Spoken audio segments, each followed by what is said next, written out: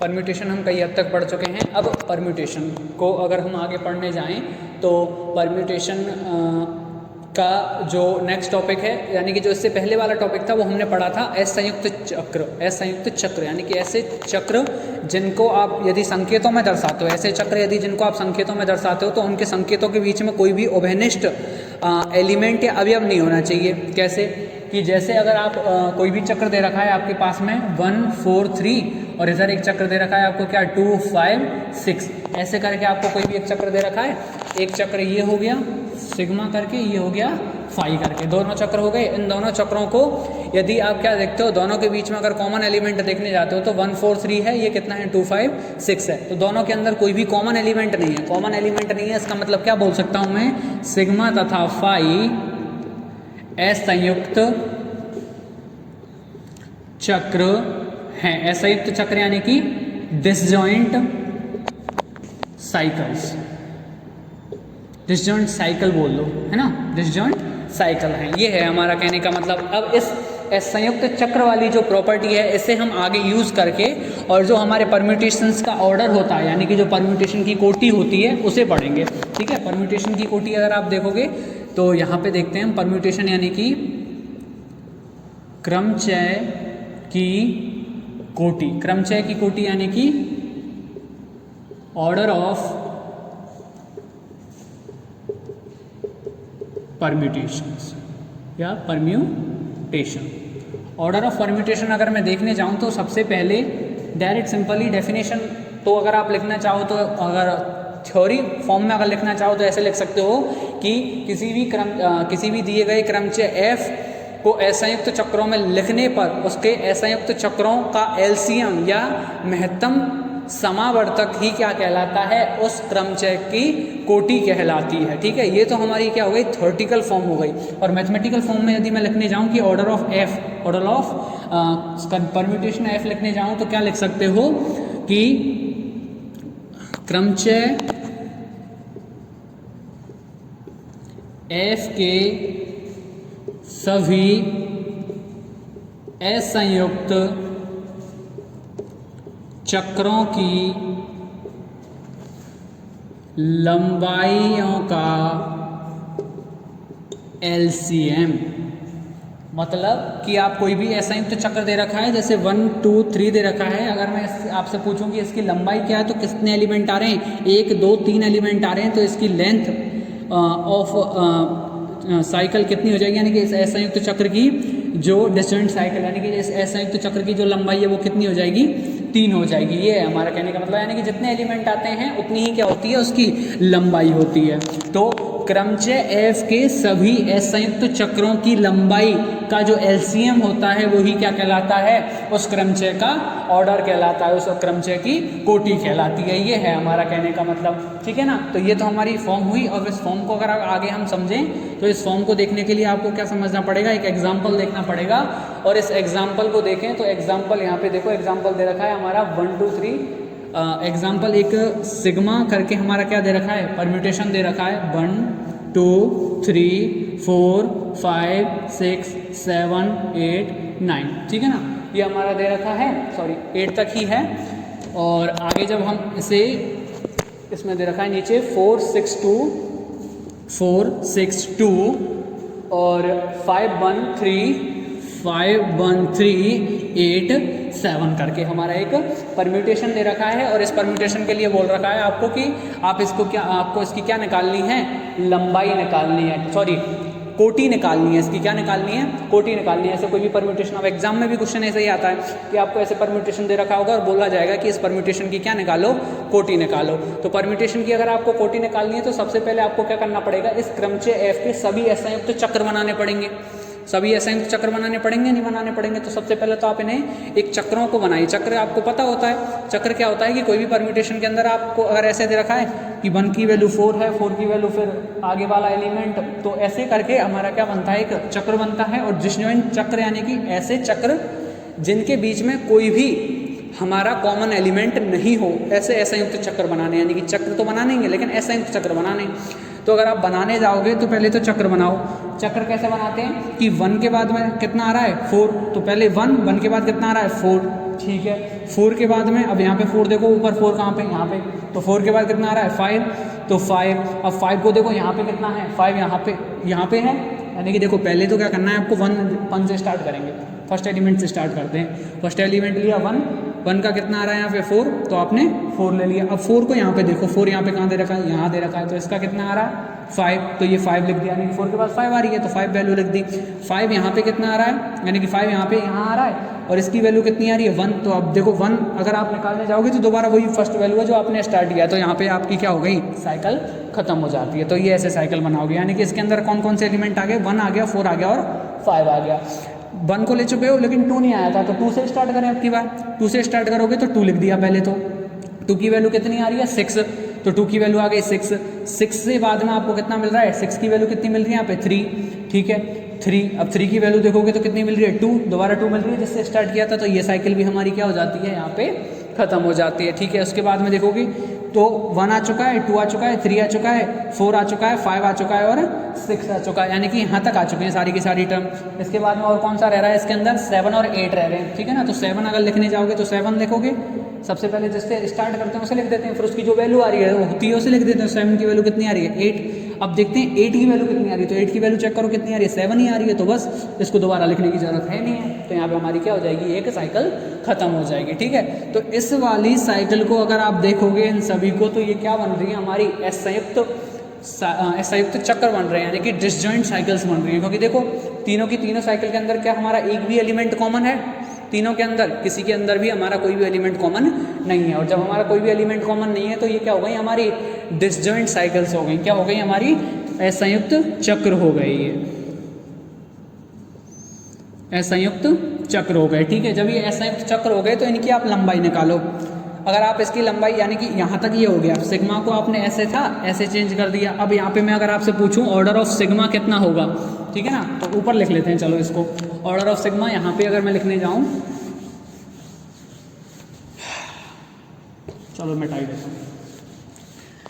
Order of sigma अगर आप यहाँ पे देखो तो ऑर्डर ऑफ सिग्मा क्या होना चाहिए, सिग्मा के सभी असंयुक्त चक्रों की लंबाइयों का एलसीएम, ये होना चाहिए या नहीं होना चाहिए, यही होना चाहिए, ठीक है। जब ये होने जाएगा तो इस असंयुक्त चक्र की लंबाई अगर आप देखोगे तो यहाँ पे क्या लिखोगे, LCM of F, LCM of 1 4 5 2 6 3 और अगला क्या है 7 8, ठीक है ना। इनका आपको क्या निकालना है, एलसीएम निकालना है। तो अगर आप एलसीएम निकालोगे 1 4 5 का तो कितना होगा 3, ठीक है ना, सॉरी एलसीएम नहीं, सॉरी यहाँ पे पहले इनकी लेंथ निकालो, एलसीएम के पहले इनकी लेंथ निकाली, क्योंकि यही हमारा असंयुक्त चक्रों की लंबाई। तो पहले ये असंयुक्त चक्र हैं, इनकी लंबाई बताओ, इसकी लंबाई कितनी है, नंबर ऑफ एलिमेंट कितने हैं इसके अंदर 3, तो इसकी लंबाई भी हुई 3, ठीक है। उसके बाद में यहाँ पे इसकी लंबाई कितनी है, यानी कि नंबर ऑफ एलिमेंट 3 है तो ये भी 3, यहाँ पे कितने हैं 2, तो यहाँ पे भी 2। अब इनका अगर आप एलसीएम निकालोगे 3 3 2 का अगर एलसीएम निकालते हो तो कितना आता है, सबको पता है कितना आता है 6 आता है, कितना आता है 6, तो ऑर्डर ऑफ सिग्मा कितना हो जाएगा हमारा यहाँ पे 6 हो जाएगा। ये है हमारा कहने का मतलब। तो किसी भी परम्यूटेशन, अगर ऐसे परम्यूटेशन दे रखा होता है तो उसका आपको यदि ऑर्डर निकालना है तो ऐसे निकाल सकते हैं नहीं निकाल सकते, ठीक है। तो ऐसे हम क्या कर सकते हैं, किसी भी परम्यूटेशन का ऑर्डर निकाल सकते हैं। परम्यूटेशन होगा डिसजॉइंट साइकिल में चेक करो, चेंज करो, डिसजॉइंट साइकिल में चेंज करने के बाद में उनकी लंबाइयाँ लिखो और लंबाइयाँ लिखने के बाद में उनका एलसीएम निकाल लो, ये होता है हमारा कहने का मतलब, ठीक है। ठीक है, ये हो गया हमारा पहला। अब ये तो टॉपिक था हमारा ऑर्डर ऑफ परम्यूटेशन यानी कि क्रमचयों की कोटि। इसके बाद में हमारा नेक्स्ट टॉपिक आता है पक्षांतरण। पक्षांतरण यानी कि ट्रांसपोजी।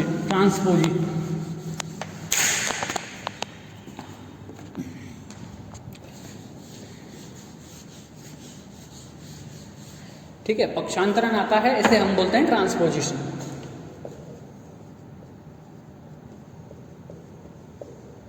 पक्षांतरण, और इसे बोलेंगे हम ट्रांसपोजिशन। यानी कि आपको कई बार ऐसे बोला जाएगा कि आप क्या करो, कोई भी क्रमचय दे रखा है उसके क्या बनाओ, पक्षांतरण निकालो। क्रमचयों के क्या निकालो, पक्षांतरण निकालो। तो पक्षांतरण होता क्या है आपको सबसे पहले ये पता होना चाहिए, तभी तो आप किसी भी क्रमचय के क्या निकाल सकते हो, पक्षांतरण निकाल सकते हो, ये है ना।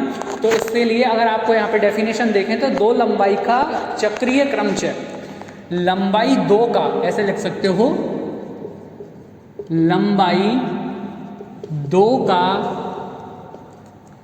चक्रीय, लंबाई 2 का चक्रीय क्रमचय पक्षांतरण कहलाता है। लंबाई 2 का चक्रीय क्रमचय का मतलब समझ लो क्या कह रहा है ये, कि कोई भी आपको अगर चक्रीय क्रमचय, यानी कि पहले तो आपको क्रमचय होगा, दूसरा चक्रीय होना ही चाहिए, क्योंकि आपको क्रमचय दे रखा है तो आप उसे साइकिल में बनाओ, ठीक है। साइकिल में बनाने के बाद में आप क्या करो, उसे 2 लंबाई के चक्रीय क्रमचय बनाओ, यानी कि जितने भी आपको चक्रीय क्रमचय बनेंगे पहले तो क्रमचय होगा, पहले तो क्रमचय होगा, उसको आप चक्रीय क्रमचय बनाओगे। अब चक्रीय क्रमचय देखो यहाँ पे 3 3 और 1 2 ऐसे बने थे। अब ये 3 3 लंबाई के जो ये आपको ये चक्रीय मिले थे नहीं मिले थे इससे पहले वाले एग्जाम्पल में, तो उन्हें किस में बनाना है, 2 2 लंबाई के बनाना है। यानी कि आपको जो भी चक्रीय क्रमचय आप अंदर इसके अंदर बनाओगे उनकी जो लंबाई है वो कितनी होनी चाहिए, फिक्स 2 ही होनी चाहिए। ये है हमारा कहने का मतलब, ठीक है। तो अगर हम यहाँ पे एग्जाम्पल देखने जाएँ तो सिग्मा को देखो, पहले तो क्रमचय के फॉर्म में हमने वैसे लिख लिया था 1 2 3 4 6 8 तक, ठीक है ना। फिर उसके बाद में नीचे उसकी जो भी वैल्यू आ रही है वो लिख लिया था, फिर एक चक्रीय बनाया था। तो मैं डायरेक्ट यहाँ पे चक्रीय बना देता हूँ, क्योंकि बार बार चक्रीय बनाने की जरूरत है नहीं। तो यहाँ पे डायरेक्ट ही चक्रीय फॉर्म में लिख रहा हूँ मैं। और चक्रीय फॉर्म में अगर देखें तो हमारा क्या था, 1 4 5, ठीक है। और क्या था, 1 4 5 के बाद में अगला था हमारा 2 6 3 और 7 8, यही था हमारा, ठीक है, यही था हमारा। अब यही था, ये हमारा क्या हो गया, सिग्मा हो गया। ये सिग्मा पहले अगर देखोगे तो परम्यूटेशन फॉर्म में था, क्रमचय फॉर्म में था, उसे आपने किस में बना लिया, एक चक्रीय क्रमचय बना लिया। ऐसे बना सकते हैं, आता है हमें, ठीक है। उसके बाद में अब आपसे बोल रहे हैं कि इसे पक्षांतरणों में बनाओ, पक्षांतरणों के इसके जो पक्षांतरण है उसके रूप में लिखो। तो पक्षांतरण के रूप में लिखने जाओगे तो क्या लिखा है हमने कि चक्रीय क्रमचय के 2 लंबाई, यानी कि लंबाई 2 का जो चक्रीय क्रमचय होता है वही पक्षांतरण कहलाता है। इस सिग्मा को इसके पक्षांतरों में चेंज करना है तो 2 लंबाई के जो भी चक्रीय क्रमचय होंगे इसके क्या कहलाएंगे, पक्षांतरण कहलाएंगे। जैसे इसकी लंबाई देखोगे तो 3 है, इसकी 3 है, और इसकी देखोगे तो कितनी है, 2। तो ये क्या है, यहाँ पे इसका ट्रांसपोजिशन है, यानी कि ये इसका क्या है, पक्षांतरण है। 7 और 7 8 तो है ही है, लेकिन हमें ये भी बनाने हैं। अब ये भी अगर इसके ट्रांसपोजिशन बनाने तो आप कैसे लिख सकते हो, पता है कैसे लिख सकते हो, कि आप पहले 1 है, पहले 1 से स्टार्ट हो रहे हैं तो 1 लिखा, 1 के बाद में 1 को उठाओ पीछे वाले से, यानी कि पहले का पेयर बनाना है पीछे वाले के साथ में। पहले को उठाया और इसका पेयर बना दिया किसके साथ में, 5 के साथ में, ठीक है। उसके बाद में 1 का पेयर दोबारा बनाओ किसके साथ में, 5 के साथ बन चुका है। अब इधर आओ किसके साथ बनेगा, 4 के साथ बनेगा। तो ये जो हमारी 3 लंबाई का क्या था, चक्रीय क्रमचय था, हमने उसे किस में चेंज कर दिया, पक्षांतरणों में चेंज कर दिया। क्योंकि ये चक्रीय क्रमचय हैं लेकिन इनकी लंबाई कितनी है, 2 2 है। तो ये भी क्या कहलाएंगे आपस में, ट्रांसपोजिशन कहलाएंगे, यानी कि ये भी क्या कहलाएंगे, पक्षांतरण कहलाएंगे, ठीक है। ऐसे ही अगर ऐसे चेंज करने जाऊं तो ऐसे कैसे लिख सकते हो, 2 से स्टार्ट हो रहा है तो 2 लिखा, और इसका पेयर किसके बनाएंगे, लास्ट वाले के साथ में, यानी कि 3 के साथ में बनाया। ऐसे ही अब क्या करेंगे, 2 का क्रमचय, 2 का जो पेयर बनाना है वो 3 के साथ बन चुका है, अब किसके साथ बनेगा, 6 के साथ में। तो हो गया बस, आगे कुछ है नहीं, दोबारा 2 आ रहा है तो यहीं तक बनाएंगे। तो ये भी क्या हो गया, इसके ट्रांसपोज हो गए। और 7 8 तो पहले ही 2 लंबाई का है तो ऐसे तो कुछ चेंज करने की जरूरत है नहीं। तो हमने क्या किया, सिग्मा को इसके पक्षांतरणों के गुणनफल के रूप में लिख दिया। ये जो सिग्मा हमारा क्या था, एक परम्यूटेशन था, उसे पहले चक्रीय परम्यूटेशन में बनाया और फिर उसके बाद में उसे क्या किया, उसके पक्षांतरणों में चेंज कर दिया। तो ऐसे अगर आपको कभी भी बोला जाए कि किसी भी क्रमचय को क्या कीजिए, इसके पक्षांतरणों में चेंज कीजिए, तो आप ऐसे कर सकते हो, ठीक है। पक्षांतरण क्या होता है ये समझ में आ गया। अब इस पक्षांतरण का यूज करके हम आगे एक कॉन्सेप्ट आता है हमारा सम और विषम पक्षांतरण, सम और विषम क्रमचय। क्या आता है, सम और विषम क्रमचय आता है। तो हम वो वाला कॉन्सेप्ट देखेंगे, ठीक है। यहाँ तक समझ में आया सबको।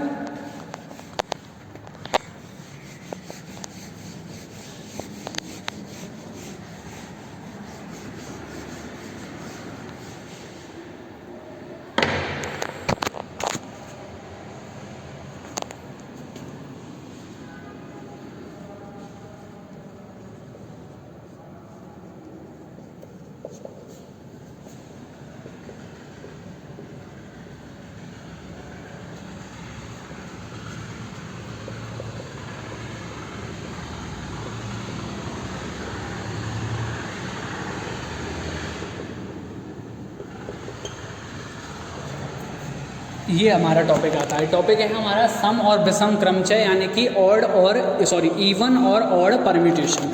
तो सम और विषम क्रमचय किसे कहते हैं? क्वेश्चन ऐसे भी आ सकता है, क्वेश्चन ऐसे आ सकता है कि सम और विषम क्रमचय में आप क्या करो, इसे चेंज करो या चेक करो कि जो भी हमारा परम्यूटेशन दे रखा है वो सम या विषम क्रमचय है या नहीं है। तो सम या विषम क्रमचय अगर आपको चेक करना है तो आप क्या करोगे, सबसे पहले जो भी ये आपको क्रमचय दे रखा होगा आप इसको क्या करोगे, उसके पक्षांतरणों के गुणनफल के रूप में व्यक्त करोगे। क्या करोगे? पक्षांतरणों के गुणनफल के रूप में व्यक्त करने के बाद में आप चेक करोगे कि जो पक्षांतरणों की संख्या आ रही है, जो भी ट्रांसपोजिशंस की जो संख्या आ रही है वो सम आ रही है या विषम आ रही है। अगर सम आ रही होगी तो क्या कहलाएगा? सम क्रमचय कहलाएगा। विषम आ रही होगी तो विषम क्रमचय कहलाएगा। ये है हमारा कहने का मतलब। तो अगर इसकी मैं डेफिनेशन देखने जाऊं तो क्या लिखोगे, किसी क्रमचय को उसके सभी पक्षांतरणों के गुणनफल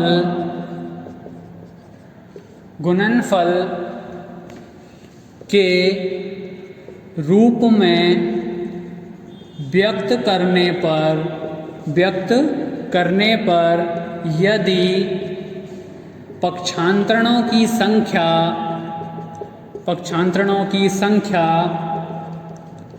सम आती है तो क्रमचय समक्रमचय कहलाता है। समक्रमचय कहलाता है तथा पक्षांतरणों की एक तो ये, या फिर ऐसे लिख सकते हो ऑब्लिक, यदि पक्षांतरणों की संख्या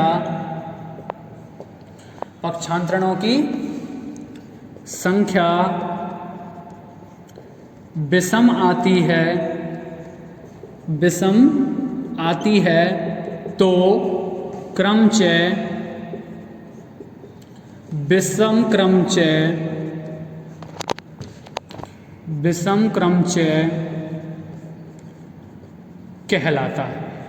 ठीक है, विषम क्रमचय कहलाता है। ये है हमारा कहने का मतलब। यानी कि कोई भी आपको एक क्रमचय दे रखा होगा उसको क्या करो, पक्षांतरणों के गुणनफल के रूप में लिखो। पक्षांतरण अभी बनाए, ऐसा चक्रीय क्रमचय जिसकी लंबाई 2 हो वो क्या कहलाता है? पक्षांतरण कहलाता है। तो उस पक्षांतरणों के गुणनफल के रूप में सभी की सभी जितने भी पक्षांतरण हो सकते हैं सभी के सभी लिखोगे, उनके गुणनफल के रूप में लिखना है। और गुणनफल के रूप में लिखने के बाद में आप चेक करो कि पक्षांतरणों की संख्या कितनी आ रही है उसके अंदर। अगर उनकी संख्या आ रही है सम तो क्रमचय हो जाएगा समक्रमचय। अगर आ रही है विषम तो हमारा क्रमचय हो जाएगा क्या? विषम क्रमचय हो जाएगा। ये है हमारा कहने का मतलब। ठीक है ना। तो यही होती है हमारी क्या, समक्रमचय और विषम क्रमचय की डेफिनेशन। ठीक है।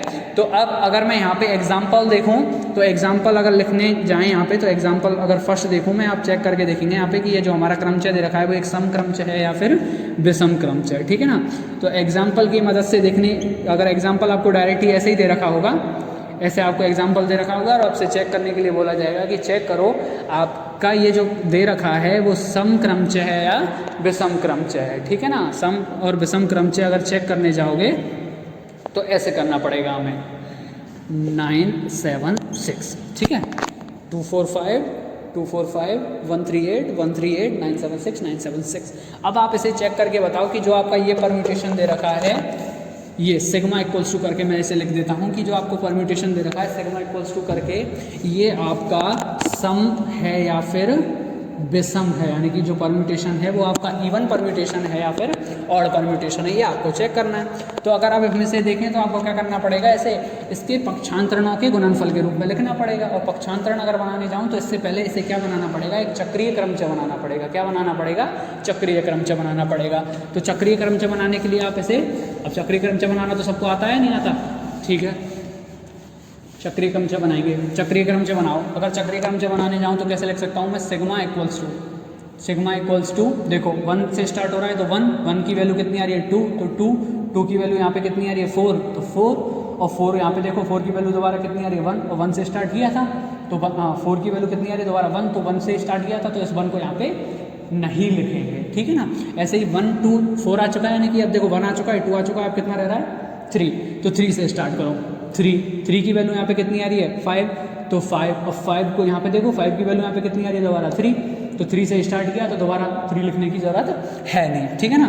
उसके बाद में देखो 1 2 3 4 5 आ चुका है, अब क्या रह रहा है 6 से स्टार्ट करो। 6 की वैल्यू यहाँ पे कितनी आ रही है 8 की वैल्यू यहाँ पे देखो कितनी आ रही है, यहाँ पे 6 की वैल्यू आ रही है 8 और 8 की वैल्यू यहाँ पे देखोगे तो कितनी मिल रही है 7 मिल रही है, तो 7 लिख दिया। और 7 की वैल्यू यहाँ पे देखो, 7 की वैल्यू यहाँ पे कितनी मिल रही है 9, तो 9 लिख दिया।